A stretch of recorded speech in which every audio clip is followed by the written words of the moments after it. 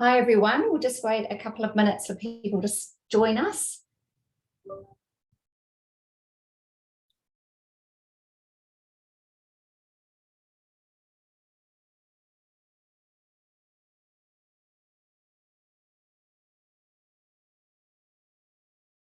Evening, everyone. We're nearly about to get started. Just a few more minutes to let people join. Thanks.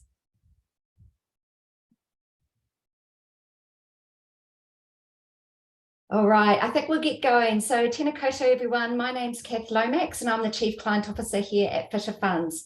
It's lovely to have you joining us this evening for our webinar. We've been out on the road, have had many roadshows around the country in the last few months. And for those that missed it, that's what this evening's really about. We're going to have a little bit of an economic update around what's been happening in the past and some of the investment opportunities that are ahead. So welcoming, I've got Ashley Gardyne, our Chief Investment Officer, Harry Smith, Portfolio Manager International, and Laura O'Reilly, one of our Senior Wealth Advisors. So welcome, team. So firstly, Ashley will be taking you through a presentation, and then we're going to go through and answer some of the questions that we've had from our clients recently, and then hopefully questions from you this evening. I'm also pleased to let you know that for the third year in a row, we've been awarded the Reader's Digest Most Trusted Brand for KiwiSaver, and we will continue to strive to provide award-winning service for you all. So a couple of things before I hand over to Ash. So firstly, your participation isn't visible to anybody else. This evening is information only. It's not financial advice, so it doesn't take into account your own personal financial situation, but we do have a fantastic team of client services and advisors like Laura that are ready and can answer any of your questions that you may have. So please feel free to phone us or flick us an email or contact your advisor.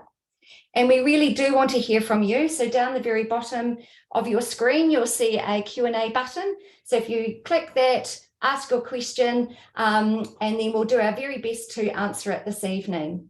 The webinar is also recorded, so we're able to share that at a later date. So let's get going. I'm going to hand over to you, Ash, to start with, and welcome.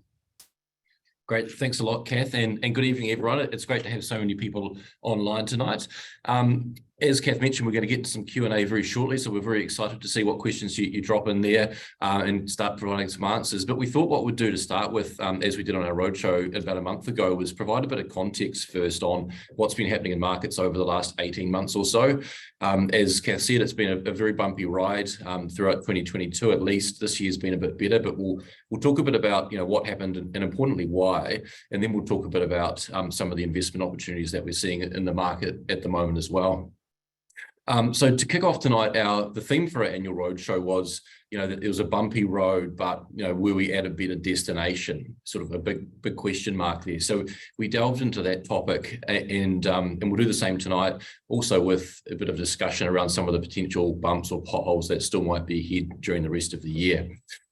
So I'll just pull up a few slides just to get us started.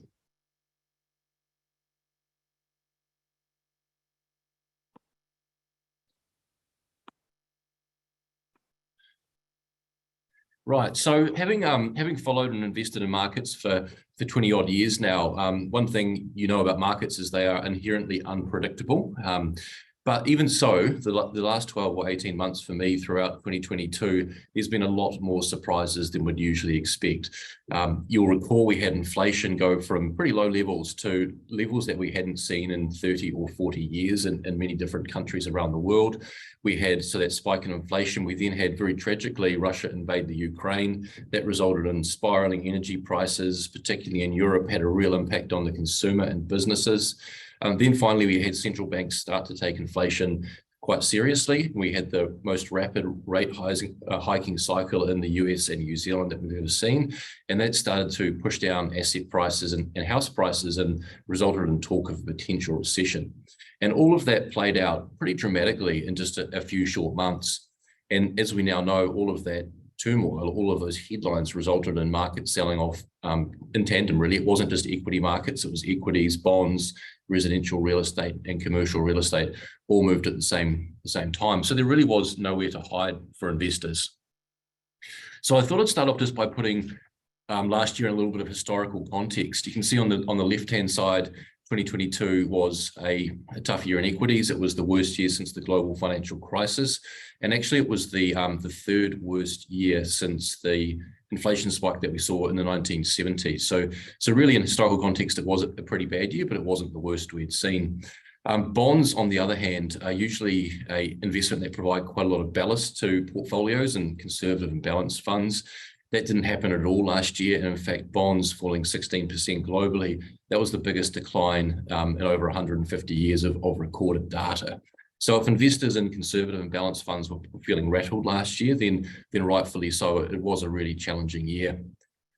So that's just to set the scene and talk a bit about what happened last year. It's not all doom and gloom. We'll talk shortly about some of the positive attributes that have come through and some of the investment opportunities we're finding as a result of that. But I think it's important just to first put last year in some context. So that was the what of what happened last year, but it's also important to talk about the why. And to understand why we had such a big sell-off in markets last year, you have to really reflect back to the pandemic and the aftershocks that caused, essentially. So you remember shortly after pandemics and lockdowns, we had a lot of press stories about supply chain crunch. Freight rates skyrocketed, took a long time to get goods delivered. The prices of things like lumber and cars and semiconductors all skyrocketed. So that was all due to supply chain issues. We had central banks print money extremely rapidly, as we can sort of see in the middle chart there. And one unintended consequence of the pandemic that perhaps wouldn't have predicted when it first started was that retail sales actually took off. People couldn't go out and travel, they couldn't go out for dinner. That money got spent instead on things potentially for around the home, like furniture and DIY projects. So we had this huge spike in prices because of supply chain issues, a whole bunch of money printing, and also consumers all wanting to spend at the same time, which really resulted in a perfect storm for inflation. Now, when central banks saw that happening, they were a bit slow to react initially, but the real reason that asset prices fell was just the speed that they did react with once they finally caught on. So with interest rates going from decade lows to decade highs in a few short months, we really saw that gravity come back into financial markets and asset prices fell across the board. But the good news is that inflation is actually starting to slow, and we can see that on the next slide. Just essentially rolling forward those earlier charts, freight rates have come down as these bottlenecks have started to unwind, and it appears now a lot more like an inflationary period that was driven by a supply shock, as opposed to an inflationary shock caused by rampant consumer spending. So we've seen these before, whether it's around the time of wars, whether it's oil embargoes, whether it's pandemics. Essentially, the issue with inflation comes from the supply side. And once you start to work through those bottlenecks and production comes back on, inflation starts to normalize. So we've seen the things I mentioned earlier, the semiconductors, the car prices, the lumber, all start to come back down along with freight rates. Central banks are not printing money anymore. They're actually going the opposite way. And retail sales has come back to normal as well. So that inflationary impulse that really hit markets last year is starting to wane. And if that continues over the rest of the year, as we think it will, that will create a more supportive environment for markets. But again, on our roadshow, so we talked about this windy road, but what does the destination look like? And one thing we can say definitively is that the destination is very different than where we started a couple of years ago. So the backdrop's vastly different, and you can see that in the next couple of slides with interest rates, which are a good thing for investors, having gone from extremely low levels to levels now well above the 10-year averages, and equity valuations having gone from really quite elevated levels to levels that are in line with or slightly below their averages. So the difference in the pricing landscape at the moment actually makes us a lot more optimistic about the opportunity set ahead. So as a result of the bumpy ride, we think we've arrived at a better destination. I think another key point on this is these are just looking at averages, but when you have a year like last year where markets are extremely volatile, not all share prices or bond prices fall in a linear fashion. There are always some companies that hold up a lot better and others that get hit a lot harder. And as active investors, we can use that to our advantage to try and reposition portfolios. And there are some great businesses out there that have seen their share prices fall by 40, 50% or more. So that's what we're trying to do, is trying to reposition our equity and bond portfolios to take advantage of those opportunities. Just before I pass on to Harry, I guess that, that was a set of slides that you could have probably come up with at the end of last year, but what actually has happened since then, and we talked about this better landscape, we've actually started to see in the first quarter that play out. So we've had a real reversal in fortunes through Q1 and also through April as well. Bond indices are up, share indices are up, global shares up close to 8%, and the tech sector, or the NASDAQ in particular, up about 17%. So it's been a strong start to the year. Part of the reason for that is simply we've had a reversal of some of the trends of last year. So the inflation that got elevated has started to come back down. We've seen that in various data coming out of the US and New Zealand recently. But importantly, more than that, we've seen a bit more fundamental strength for corporates than we might have thought. So actually, earnings season's underway in the US at the moment, and we've seen 80% of corporates that have reported come out with earnings that were better than expected. So despite all the challenging backdrop out there, corporates are actually hanging in there reasonably well. But with all of the headlines out there, all the macro noise around recessions and inflation, it can be tempting for investors to sit on the sideline to focus on those headlines. What we do as fund managers when there's all this macro noise is to try not to focus too much on the macro and focus a lot more on the micro. What's happening with our companies? How are they weathering the storm? Are they able to grow despite the weak economic backdrop? What are management doing to position for a potential downturn, and looking at companies' prospects, what do we have to pay for all of that? So by doing that one by one for each company and security we invest in, we actually get a lot more comfort. So what I wanted to do was just to pass on to Harry Smith now, who looks after one of our international portfolios, just to talk about what we look for in companies and then give a few examples of the opportunities we're seeing at the moment. So Harry, over to you, and welcome to the call. Hi Ash, thank you very much, and good evening all. So as Ash mentioned, I'm here and I'm going to focus on the fundamentals tonight. It's a firm belief in us that a few companies will deliver outsized gains over a long period of time. And I can prove this out on the next slide, which shows around half of all the gains of the S&P 500 over the last 15 years have been delivered by just a handful of companies. So these 20 companies have delivered as much gain as the next 480 companies combined. Now, these 20 companies do tend to have something in common. They tend to be high quality companies, and they tend to have competitive advantages. So with our process, what we're trying to do is we're trying to identify the next 20 companies for the next 15 years. So our process has 3 pillars to it. The first pillar is economic moats, wide economic moats, or a competitive advantage. Now, this might be intellectual property, it could be scale, or it could be your brand. It's an attribute of a company that makes that company's business model very hard for a competitor to replicate or disrupt. If you take our portfolio holding, Edward Life Sciences, now this company, it produces non-invasive heart valves. And these non-invasive heart valves get inserted to the patient via their thigh. And that's compared to having to have open heart surgery. So you can imagine this is a great outcome for a patient, because basically that patient's out of hospital the next day having one of these non-invasive heart valves versus long recovery if you have open heart surgery. Now, the competitive advantage for Edward Life Sciences is intangible assets, their intellectual property, but it's also the regulatory hurdles that competitors would have to face to come up with a product that can compete with Edward Life Sciences heart valve. The next pillar is that we want to invest alongside aligned and talented management teams.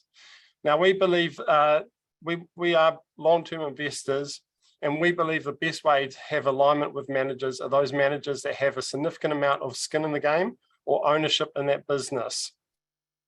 So again, if we use Edward Life Sciences, Mike, the CEO, he's been with Edward Life Sciences for 23 years. His ownership in the company is worth $350 million, a substantial amount. So when he's thinking about strategic decisions for the company and the direction he wants to take the company, I as a shareholder and you as a shareholder should have comfort that he has long-term value creation at the center of what he's doing. And he's definitely not worried about the next couple of quarters and what Wall Street thinks. Lastly, we want to invest in companies that have a long runway for growth. And again, if I use Edwards, at the moment, they produce one heart valve, but they have been working on another 2 heart valves. Now, this would dramatically widen their total addressable market and proves out that they would have a long runway for growth ahead of them. Now, Ash mentioned we are finding better opportunities in the market at the moment. And one of these opportunities is floor and decor. And I think the great thing about floor and decor is it also brings our process to life. So this is a US retailer, and the best way to imagine this retailer, I think, is to think Mitre 10 Mega here in New Zealand. But instead of being in Mitre 10 Mega and looking around and finding everything you need for a household renovation, a house renovation, Floor and Decor just sells hard flooring. So that's stone, tile, timber, and vinyl planking. Now, the company has a very differentiated business model than its competitors, which tend to be small independent operators who cannot compete on price or service with Floor and Decor. Now, the first differentiated factor about their business model is they go directly to the source to buy their inventory. And this allows them to sell inventory for 30% cheaper than their competitors can, who have to use a middleman. The next differentiated part of their business model is that they have these huge stores, the Mitre 10 Mega that we just spoke about.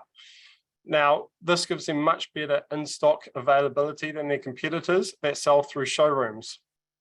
And lastly, because of their size, what they can do for professional customers, like a tiler, for example, is offer free storage in the store until the tiler needs that product delivered to their site. And they can also give credit to that tiler, for example, as well, something that the small operator can't. So Floor and Decor can beat the small operator who makes up 50% of the market on both price and service. Now, the company is also run by a very passionate CEO who we have a lot of confidence in, Tom Taylor. Now, Tom started in this industry when he was 16 years old, working for Home Depot. Home Depot in the US is much the same as a Bunnings here in New Zealand. Now, he started there at 16, stacking shelves, and he worked his way right up to the executive team. Now, what's really interesting about his background is Home Depot back in the 90s and the early 2000s was in a very similar growth phase that Floor and Decor currently is in. So he's using the same playbook that he learnt at Home Depot and has now brought across to Floor and Decor and is having a lot of success with it. So we're very comfortable in the decisions that Tom is making with the company, and the result being long-term value creation for shareholders. Now, lastly, the company has a very long growth runway ahead of them. The Floor and Decor has around 200 stores spread across the US at the moment. We see that going to 500 stores longer term, and they're rolling them out at a very decent clip, around 35 to 40 new stores every year, which is really impressive. So overall, we think Floor and Decor offers a great opportunity. It has a competitive advantage over its competitors through price and service. It's run by a very talented management team and has a long growth runway ahead of them. So this might be a bit odd, but I'm going to go from talking about an opportunity to all of a sudden pointing out numerous risks that you could be paying attention to in the market at the moment. But that's kind of the point. There's always a lot of things to worry about in the market. And if you go back through history, what the market has done very well is climbing that wall of worry. Now, for example, if I was going to put $10 in the S&P 500, or I wish I could, in 1918, 105 years ago, that $10 would be worth $150,000 today. Now, during that time, we've obviously had 2 world wars, we've had 2 pandemics, and we've had numerous recessions. That is to say, markets do well over the long term. And I guess the key point here is really that there's always a lot of noise around you as an investor, but what's really important is focusing on what's going to drive long-term value as an investor. And we believe that's focusing in on quality companies that have a competitive advantage, that are run by talented management, that are aligned with shareholders and have long growth runways ahead of them. And that's it for me. So Cath, I'll turn back to you. Great, thanks. Keep your mic on, Harry. So thanks so much for that, Ash and Harry. That's great. So I'm going to start some questions to you, the panel here, and I'm going to start with quite a tough one, which I'm going to start with you, Harry, which is around rapidly rising mortgage rates. Are they going to cause a recession? Thanks for starting with me, Cath. No problem. Well, look, I think certainly higher mortgage rates does heighten the risk of a recession. There's no two ways about it. I think New Zealand housing drives around 15% of our economy, and rising mortgage rates will also impact consumption, and that affects around 60% of the economy. I think we did a rough sum the other day here at work, and if we reset all mortgages to the 2-year rate today, there would roughly be around a 2.5% headwind to the New Zealand economy. So put that all together, and yeah, rising mortgage rates are a risk for New Zealand and heighten the risk of a recession. But if I was just to go over to the flip side, I think there is reason to be optimistic about the New Zealand economy as well. Unemployment came out earlier this week at 3.4%. That is very, very low. We've had inflation numbers recently, and it looks like inflation is starting to abate, which is really positive, especially when we're talking about mortgage rates. We have the tourism tap turned back on, and that can be an offset to any decline in consumption from higher mortgage rates. And lastly, immigration as well. Immigration numbers have been out recently, and they're very strong, which could add to our economic growth. So I think there is a balanced story here, and there is a reason to be optimistic about the New Zealand economy. Great, thanks, Harry. Yeah, I like to be optimistic. So a question for you, Laura. Welcome along. Inflation has a major impact on retirees. So what can investors do to manage this risk? Yeah, well, I mean, I guess as we've touched on earlier, although we haven't seen high inflation like this for maybe 3 or 4 decades, it always is going to be a risk, and particularly so for retirees. We often think of retirement as, a kind of endpoint, but, the reality is it's actually the beginning of a whole new stage of life that can last for, up to 30 years. And over a journey that long, if you're just taking your retirement savings, putting that cash under the mattress, the value of the things that you can purchase with that cash under the mattress is going to erode pretty dramatically over a 30-year time period. So let's say we see inflation come back down around this 2.5% level. So even under that scenario, the value of your dollar would still more than halve over a 30-year retirement timeframe. So that's why we say that retirees really need to have an allocation to growth assets or high yielding bonds just to help keep up their purchasing power over time. And we're not saying that there's no place for cash, but when it does come to managing inflation risk in particular, the trick is just to make sure you've got that right mix of the higher growth assets to more conservative assets. And if you're not sure that you are in that right place, then, as always, speaking to an advisor is a really good way to make sure you're in the right position for your individual circumstances. Yeah, thanks, Laura. That's great.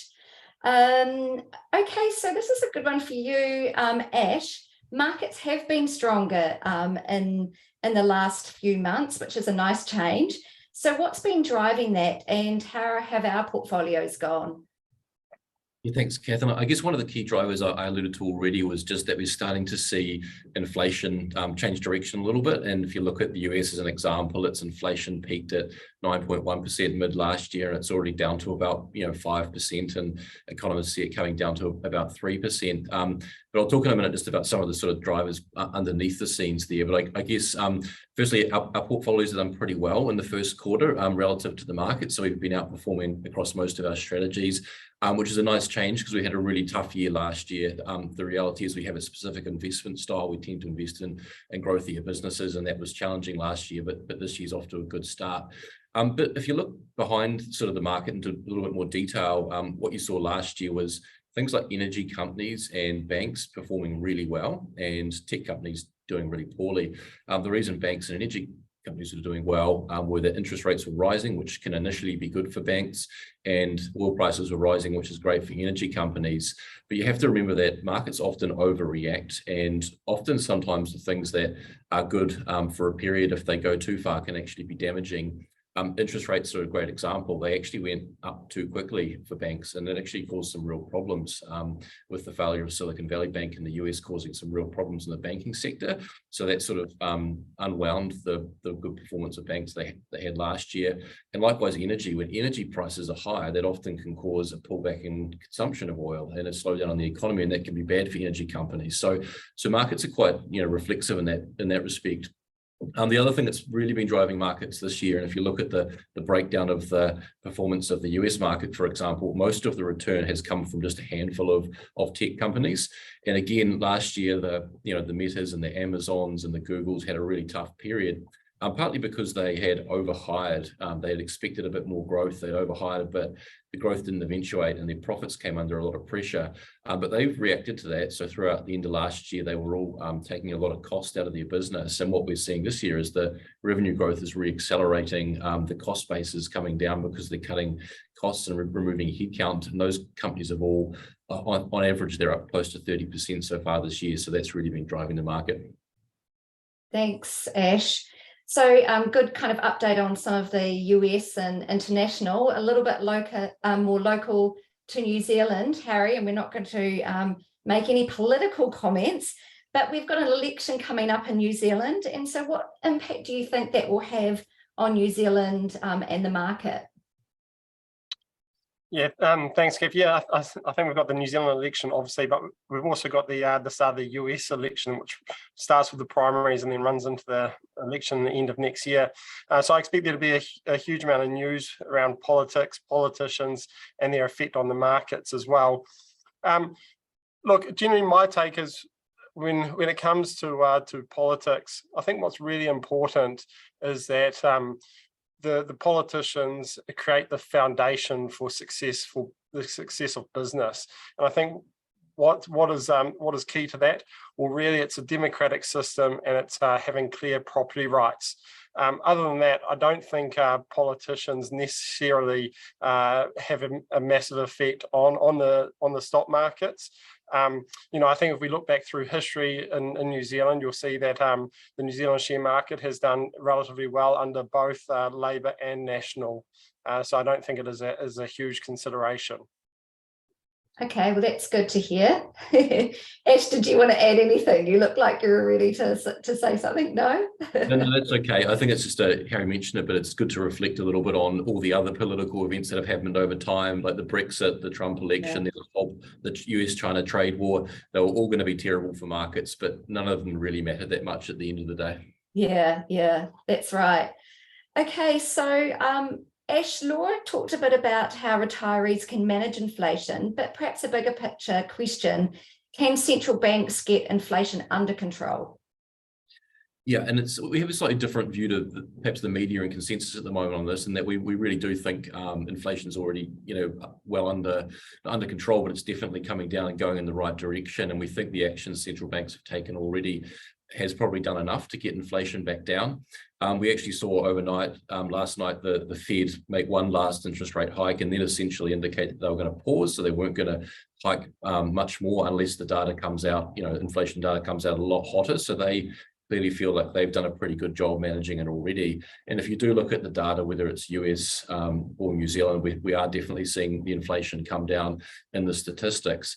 One of the reasons we think they've already done enough work is that you've got to remember that inflation sort of busting through increasing interest rates works with a real lag. It's usually 9, 12, 15 months before you start to see any impact of the interest rate increases. So if you think about that in New Zealand, the most recent hikes in interest rates aren't being reflected in people's mortgage rates yet. That's not going to be until later on this year and at some point next year. So we're not really seeing the impacts of the tightening yet, but despite that, we're seeing the market slow pretty significantly. And the other thing which I alluded to earlier, this is a very different type of inflationary environment than one caused by just consumers going out there and spending a lot when the economy is really strong. This was caused by supply chain issues, and we're already seeing those unwind and a lot of commodity prices come down. So we think inflation is on the way down, and if anything, particularly New Zealand, I think the Reserve Bank risk is going a bit too far given how much debt we have in the economy. Yeah, okay, thanks. So a question for you, Laura. So a few of our clients have been holding on to cash during the downturn and waiting for the perfect moment to invest. So is that perfect moment, or is it a good time now to invest? Yeah, I mean, it's true that now we're seeing these signs of improvement in the market. We're definitely, as advisors, seeing more clients start to ask us about considering to add to their portfolios. And when you're trying to make that decision, on one hand, you know, clients are understandably pretty cautious given the uncertainty out there. But on the other hand, we all know that investing when valuations are lower can work out really well over the long term. So when I think about this, there's a bit of a quote that comes to mind from the legendary investor Peter Lynch. And if you've seen me do this kind of thing before, you might have heard me quote him already because I love this quote that much. But what he says is, far more money has been lost by investors trying to actually anticipate corrections than lost in the corrections themselves. And what I think he was trying to get at here is that successful investors are really just much more focused on selecting and sticking to a strategy rather than trying to perfectly time their entries or exits from the market. No one can know what the perfect day to invest is, unfortunately, until it's already happened. And investors can pretty much guarantee that day to day, their returns aren't going to look like a straight line. But what we see when we start to zoom out over those longer term time periods is that the upward trend in share market investing has been pretty consistent throughout history. So yeah, investing in stages or in small regular installments like we do in KiwiSaver, you know, that can be a good way to spread out your market timing risk over a longer time period. But really at the end of the day, it's just all about your time in the market rather than timing the market. Yeah, thanks. That's great. And I have heard you have that quote before, but it is a good one. Yeah, thank you. That's great. So we're getting some excellent questions coming through. So please do put them in there. And we've got a few coming through, Ash, around our ESG policy, particularly around, you know, do we invest in arms manufacture? How do we factor in those green companies? So I thought it'd be really good if you could just kind of outline what our kind of ESG policy is, how we view it, that would be great. Yeah, sure. And I've seen those questions come through, and they're quite on very specific topics, but we do have a sort of broad overarching and you know, philosophy with responsible investing. But on those specific questions, you know, we don't invest in weapons manufacturers, and we do take into account sort of the environmental factors around individual companies. But perhaps just to but that's just a start, I guess, and I'll sort of go into that in a bit more detail perhaps. But responsible investing used to be just about excluding things. So you exclude tobacco and weapons and oil, and then you're apparently a responsible investor. But that's certainly not enough. So that's, you know, that's exclusions, but there's also two other E's. One is embedding, and the other is engagement. So if you want to be a responsible investor, you need to embed responsible investing into your whole process. So what we do as an active manager, whenever we put a new company into the portfolio, we do a huge amount of investment research. It goes to an investment committee, we debate the investment merits, but we also in that memo include a write-up on any environmental, social, governance issues, and we have a debate around that as well. So that's embedding it. Everyone on the team needs to be responsible for thinking about whether their companies are doing the right thing. And the reason that's really important is because if you invest in a company that doesn't do the right thing, causes environmental damage, for example, they're quite quickly going to lose their social license. They might get regulated out of existence. They might get big fines. So it's prudent from an investment perspective, but it's also, good for the environment as well. And then finally on on engagement. This is becoming a bigger thing, and as active managers with reasonably concentrated portfolios where we get to know the companies quite well, we have an opportunity to engage with companies on specific issues. So again, if you just sell your shares and exclude them, you don't have the opportunity to go and meet the company and lobby and vote against some various proposals at the shareholders meeting. But by actually being invested and going and having discussions with them, that's the only way you're going to influence change. And I think, perhaps a good example, but one where we haven't necessarily influenced change, the company was already on the right track, was a company like Mainfreight. And you'd say, well, at a high level, that's a trucking company that pollutes a lot because it has a bunch of trucks on the road. But the reality is, we talked to them for years about their responsible environment program. And essentially what they're doing is they're making all of their 300 facilities around the world self-sustainable from an energy and water perspective. And they're looking at ways of making their trucks greener and potentially having electric trucks or hydrogen trucks at some point. So if we want to really change and meet climate change objectives, you can't just sell your shares and walk away. Companies are ultimately going to have to make some real changes, and that requires engagement. Yeah, I agree with that. So it's really making a difference through engaging with the companies that we're dealing with and looking at. And just, I know we get so used to our world and talking jargon, but Ash, ESG? Environmental, social and governance. Thank you. That's great. Okay, I'm going to go back to you, Laura, with a question. And we're getting this also from clients with the advisors as well at the moment. And with higher interest rates at the bank these days, one question is, should they put their money in TDs rather than shares? Yeah, well, clearly we're in a very different world to where we were 18 months ago. Interest rates are higher, and that's made term deposits more attractive than they've been for a really long time. So as advisors, we're certainly getting more questions around this as well. And I guess term deposits definitely do have their place for investors who are maybe already close to their goal or need to access a portion of their funds within a short period of time. Just a couple of examples. But sticking with just term deposits is not really going to be the best option for most investors over the long term. Returns on term deposits don't do the best job on providing long-term inflation protection. And even when rates are more attractive, as they're typically more short-term investments, you still need to consider the risk that as they begin to roll off, future rates could be lower when you reinvest. So with many investors still having a time horizon of 10 years or more, even in retirement, complementing term deposits with higher yielding income assets and growth assets is still the best way to stretch out that nest egg for as long a time period as possible. So again, it's all about having that right mix of growth assets to more conservative assets for your goals and risk profile. Yeah, thanks. And I guess if someone is thinking about, are they in the right strategy, or what does that look like? How do they go about that? Yeah, I mean, that's one of those things that's going to be very individual depending on what's going on in your life. So we'd always say, reach out to one of us. One of the team would definitely be happy to talk you through what might be the right strategy for your situation. Yeah, fantastic. Thank you. Harry, for you, we've heard that tech stocks have had a good start to the year. What's been driving that? Are they now stretched or still looking attractive? Thanks very much, Cath. Yeah, so I think Ash sort of detailed quite well why tech stocks have done well at the start of this year. But just to repeat his key points, it's really around they have overinvested. They overinvested coming out of COVID-19. They've spent the end of last year, this year, really concentrating on their costs of the business and taking costs out of the business. And this has been a boost to their profitability, and shareholders have rewarded that as well. So the second part of the question is, given the run that they've had, and I think Ash put on one of his slides that the NASDAQ, which is tech heavy, is up 17% year to date. So our valuation is stretched at the moment. Well, no, I don't think so.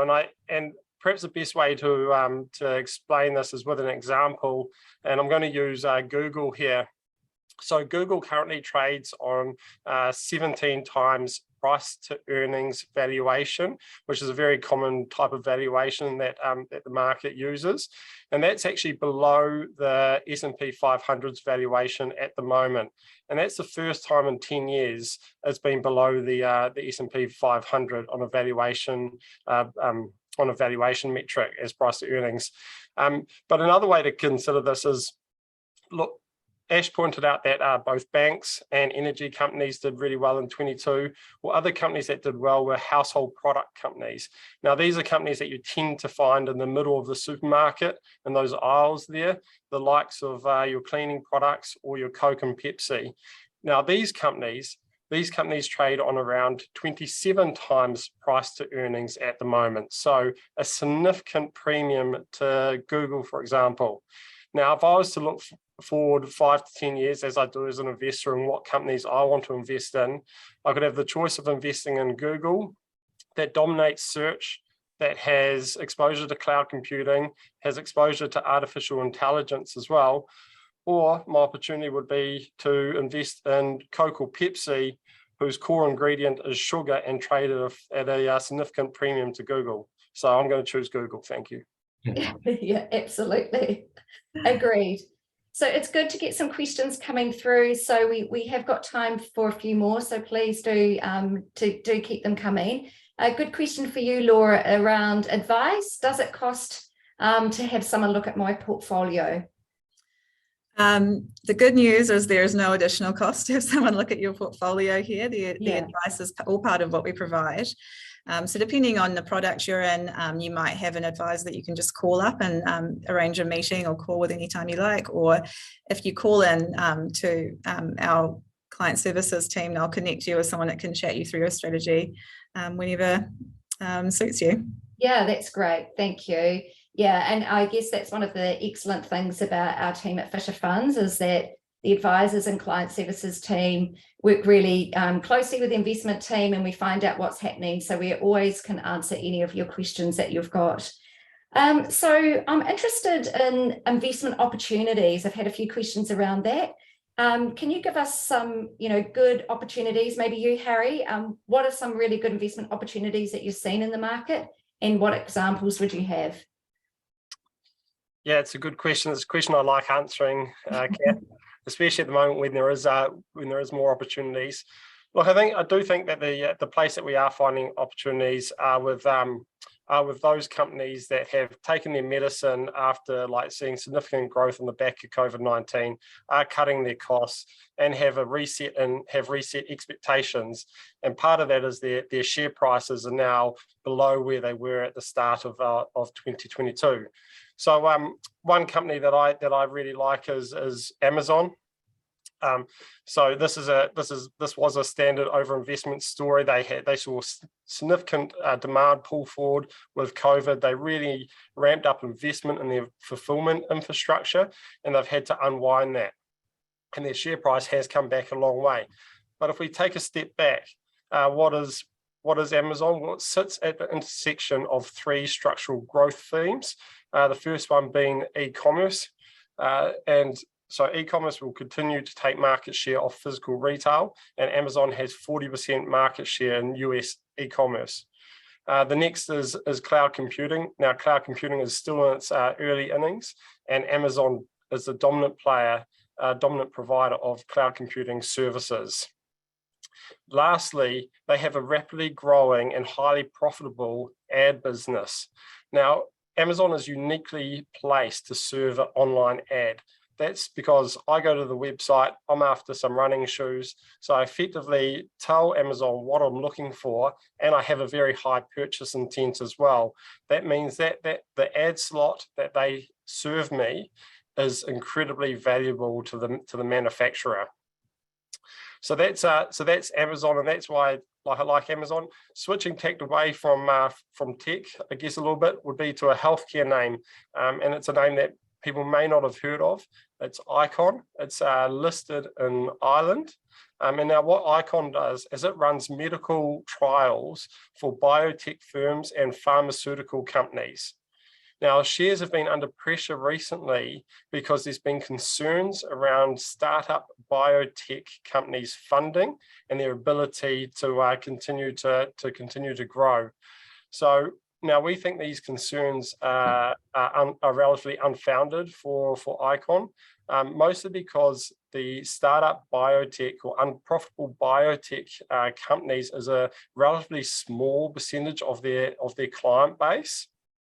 And then if we just take a step back, if you think about the advancements that we've seen in medicine over the last 10 years, think about the cancer drugs that have come to market, and then just think about the advancements that we're going to see over the next 10 to 15 years, and gene therapy is something that comes to mind. Now, here's a company that is an integral part of the research and development into new drugs, and we think that they will do well over 5 to 10 years. Great, thank you. So I think we've got time for one more question, and then I'm going to hand over to you, Ash, to kind of wrap up with the key insights.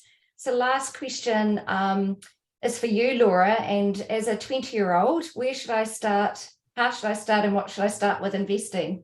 I'm not 20, by the way. It's a question. Yeah, I wish I was 20 and thinking about investing. That is such a long time frame, and as we've sort of hammered home a few times, or I have, the longer you've got to invest in the market, the better your potential compounding returns are going to be.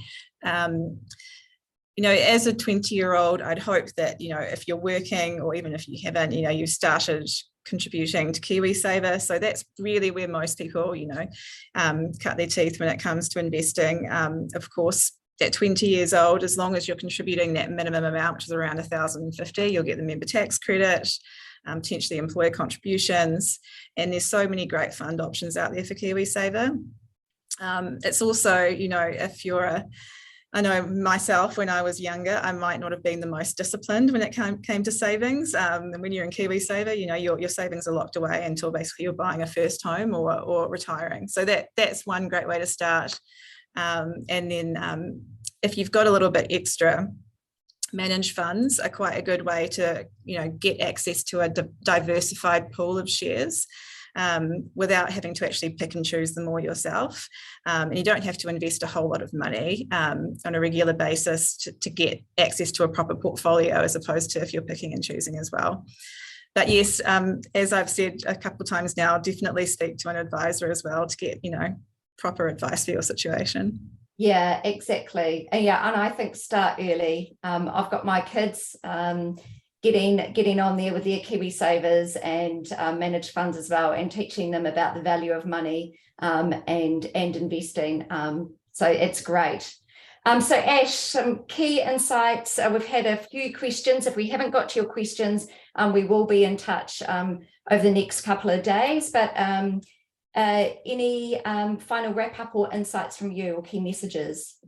Yeah, thanks, Cath. And perhaps just almost to reflect back to the slides that we started with, I guess we've all had to deal with a huge amount over the last few years, whether it was pandemics, lockdowns, and then inflation, rising interest rates, talk of recession. There's been a huge amount going on. It's been stressful for everyone and for investors. But we really do think we've been on this bumpy journey, but the destination does look a lot better. We go through these events really quite regularly in markets, and often the best time to be buying is when there is a lot of uncertainty out there. I guess the second thing is to zoom out a bit. We've actually had a really good 10 years in financial markets. If you've been investing for the last 10 years, whether you're in a balanced fund or a growth fund, you've done really well. You've seen your wealth gain pretty significantly. And from these valuation levels we're at now, we don't see any reason why the next 10 years won't be really good for investors as well. So it's always going to be volatile from month to month and quarter to quarter. But, with a long-term view, we think investors will do really well. And then also 2023, we talked about a volatile 2022, but there will be the fair share of twists and turns this year as well, with elections and questions about whether inflation's really coming down, and talk about what's happening with house prices. Every single year there's going to be things to worry about. So you don't want to think that this year isn't going to have its ups and downs, but despite the fact that it will, we think now's a good time to be investing. I guess personally, I'm very happy being invested at the moment in the share market and contributing more to funds, because ultimately I think we'll look back and think now was a great time to get going. Yeah, great. Thanks, Ash. And Thanks to our panelists and Harry, Ash and Laura. Thanks very much for your time. But also thank you to you, our clients. We really appreciated your business. And yeah, I hope you have all a lovely evening. And if you do want a copy of this, it will be sent out. So thank you all and good evening. Thanks, everyone. Thanks.